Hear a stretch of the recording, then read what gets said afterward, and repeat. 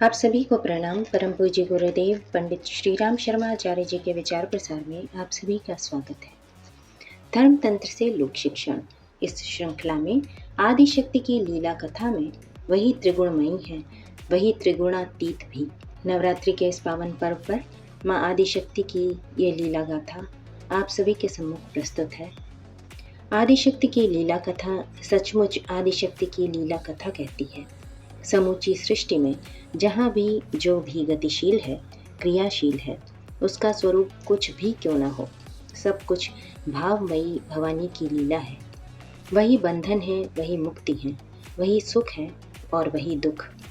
यह बात समझनी ज़रा मुश्किल है, क्योंकि सामान्य क्रम में तो सभी सुख को तलाशते हैं, मुक्ति मोक्ष की तलाश में भटकते हैं। इसके लिए तरह तरह के पूजा पाठ कर्मकांड का सहारा लेते हैं, धर्म गुरुओं की शरण में जाते हैं, आचार्य पंडित की खोज करते हैं, उनसे विधियां पूछते हैं, मुक्ति की विधि, सुख की विधि। इस फेर में पूछने वाले और बताने वाले दोनों ही भूल जाते हैं कि मोक्ष विधि नहीं, बोध है। यह होश है, जागरण है।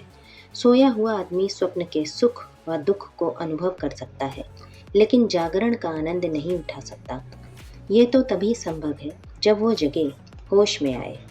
जब होश आता है, बोध होता है, तो विधियां अपने आप ही अनायास ही छूट जाती हैं, क्योंकि तब यह अनुभव हो जाता है कि वही सब कुछ है। अरे हाँ, और कोई नहीं, बस अपनी प्यारी माँ, वही तो बंधन है, वही मुक्ति है। ये अनुभव होने पर सुख दुख का भेद नहीं रहता और ना रहती है विधियों की खोज। यह बात समझ में आनी थोड़ी कठिन है, लेकिन जो सत्य के जिज्ञासु हैं उन्हें इसे समझना तो होगा। उन्हें ये सोचना होगा कि आखिर वे चाहते क्या हैं, शयन और स्वप्न अथवा जागरण और बोध। बोध होने पर स्थिति बदल जाती है। ये बदलाव किसी परिस्थिति या घटनाक्रम में नहीं होता, बल्कि होता है मनोदशा में। इस मनोदशा में पहुंचने के लिए भक्ति चाहिए। भक्ति की तलाश तो सभी करते हैं, उसका सही गलत उपयोग भी करते हैं, परंतु भक्ति की प्राप्ति कुछ को ही हो पाती है। मीरा को थी। मीरा अपनी भक्ति में दीवानी थी, अपने प्रेम में पागल थी। सच तो यह है कि मीरा पागल नहीं थी, उन्हें पागल कहने वाले लोग पागल थे। उन्हें तो होश था, बोध था, उन्हें सूझ व समझ थी, लेकिन इस बात को भला बेहोश लोग कैसे समझ पाते। उन्होंने मीरा को ही पागल कह डाला। उनकी इन नादानियों पर मीरा मुस्कुराई, नाची और गाई। लोगों ने उन्हें दुख देने, पीड़ा पहुंचाने के अनेक उपाय किए, यहाँ तक कि जहर का प्याला दिया, सांप का पिटारा भेजा, लेकिन मीरा तो बुद्धि और विधियों में नहीं, बोध व जागरण में थी। उन्हें प्रत्येक परिस्थिति में परम तत्व परमेश्वर ही दिखाई दे रहे थे। मीरा के इस स्थिति का आकलन उनके लिए कठिन है, जो सुख के लिए विधियों की खोज में चक्कर काटते रहते हैं, भटकते रहते हैं इधर उधर। ऐसे लोग कहेंगे, भला ये कैसा परमात्मा है जो अपने उपासक को, अपनी साधना आराधना करने वाले को विष और विषधर देता है। हम तो मंदिर जाते हैं, मन्नत मानते हैं अपनी सफलता की। ऐसों के लिए बात समझना मुश्किल है, वे माता की लीला को नहीं समझ सकते। पर इससे क्या, माता तो सर्वस्व है, सब कुछ है, वे बंधन भी है और मुक्ति भी। आदि शक्ति की लीला कथा की पिछली कड़ी में मोक्ष की चर्चा की गई थी। इसमें कहा गया था कि वे ही प्रसन्न होने पर मनुष्यों को मुक्ति का वरदान देती हैं। वे ही परम विद्या और मोक्ष की हेतुभूता सनातनी देवी हैं।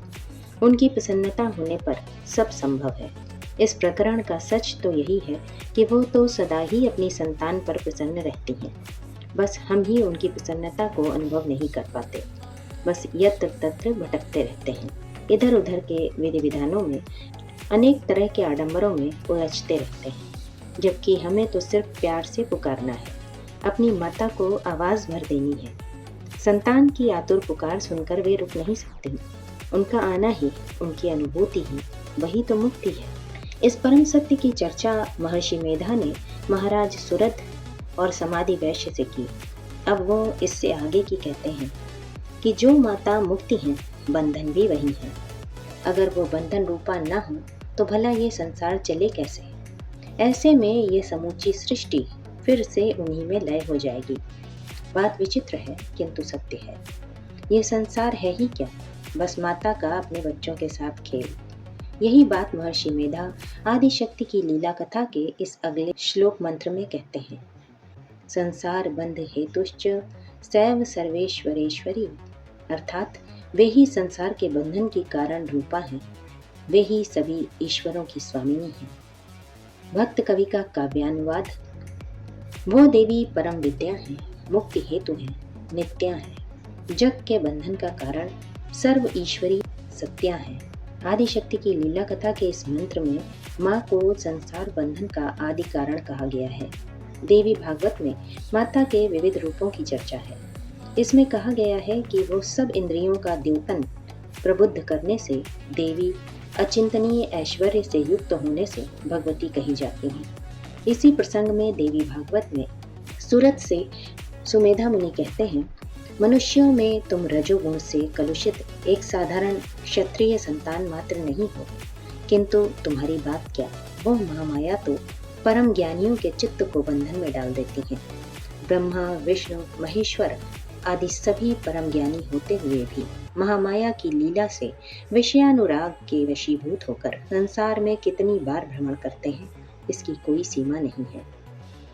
देवी भागवत में सुमेधा ऋषि सूरत से कहते हैं, तया निमित्त भूतास्ते ब्रह्मा विष्णु महेश्वराः कल्पिता स्वकार्येषु प्रेरिता लीलया त्वमि, अर्थात महामाया ही ब्रह्मा, विष्णु और महेश्वर को क्रमशः उनके सृष्टि, स्थिति और संसार के कार्यों में नियुक्त करती हैं।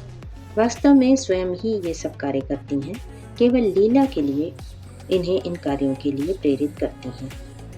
इसके अगले 64वें श्लोक में कहा गया है, ते ताम ध्यायन्ति देवेशाः पूजयन्ति परां मुदा ज्ञात्वा सर्वेश्वरीं शक्तिं सृष्टि स्थिति विनाशिनीं, अर्थात वे देवेशा शक्ति स्वरूपिणी महामाया को सृष्टि, स्थिति, लय कारिणी और सर्व प्रधाना के रूप में जानकर उन्हीं का ध्यान करते हैं और परमानंद के साथ उनका पूजन करते हैं।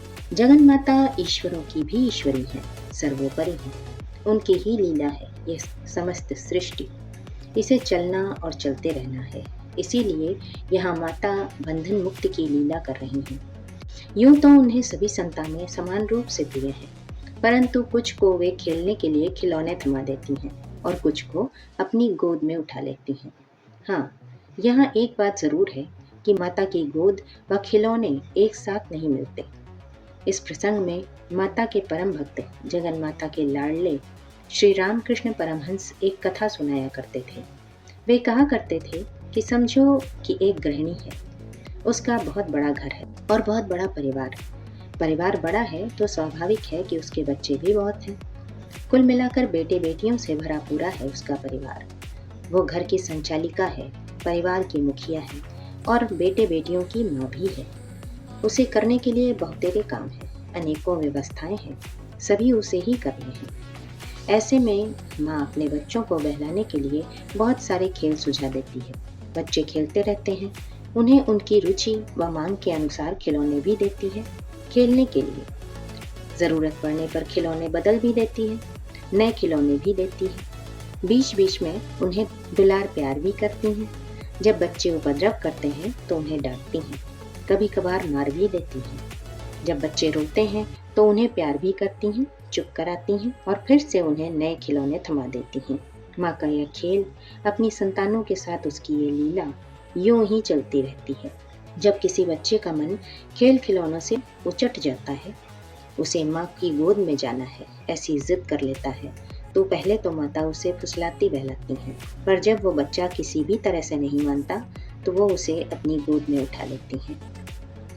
इस कहानी की व्याख्या करते हुए श्री रामकृष्ण परमहंस कहते थे कि वो गृहिणी और कोई नहीं, स्वयं जगन माता है। उनका परिवार, घर, यह सृष्टि है। परिवार के सभी सदस्य उनकी संतानें, जीवात्माएं हैं। उनकी व्यवस्था, खेल के नियम, कर्म फल विधान है। इसका उल्लंघन करने वालों को, उपद्रव करने वालों को वे कर्म फल विधान के अनुसार दंडित करती हैं।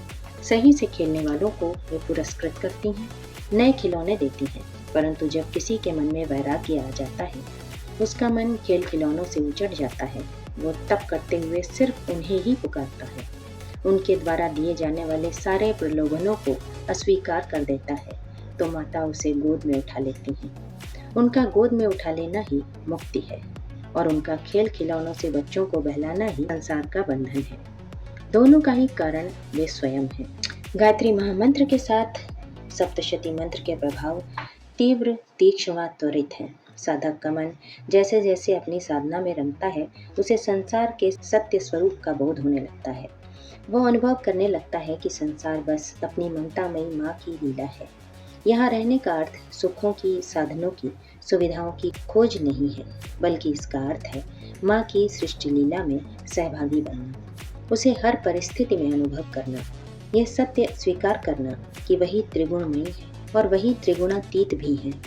ऐसा होने पर संसार की प्रत्येक परिस्थिति उद्देश्यपूर्ण व आनंदमयी अनुभव होने लगती है और तब जीवन का हर क्षण एवं हर कर्म हमें माता का और भी अधिक अनुभव कराने वाला बन जाता है। इसी के साथ ये लेख यही समाप्त होता है। अखंड ज्योति, जनवरी सन 2014, पृष्ठ संख्या 26 से 28। आप सभी को अपना बहुमूल्य समय देने के लिए हृदय से आभार एवं अनगिनत धन्यवाद सादर करता हूं।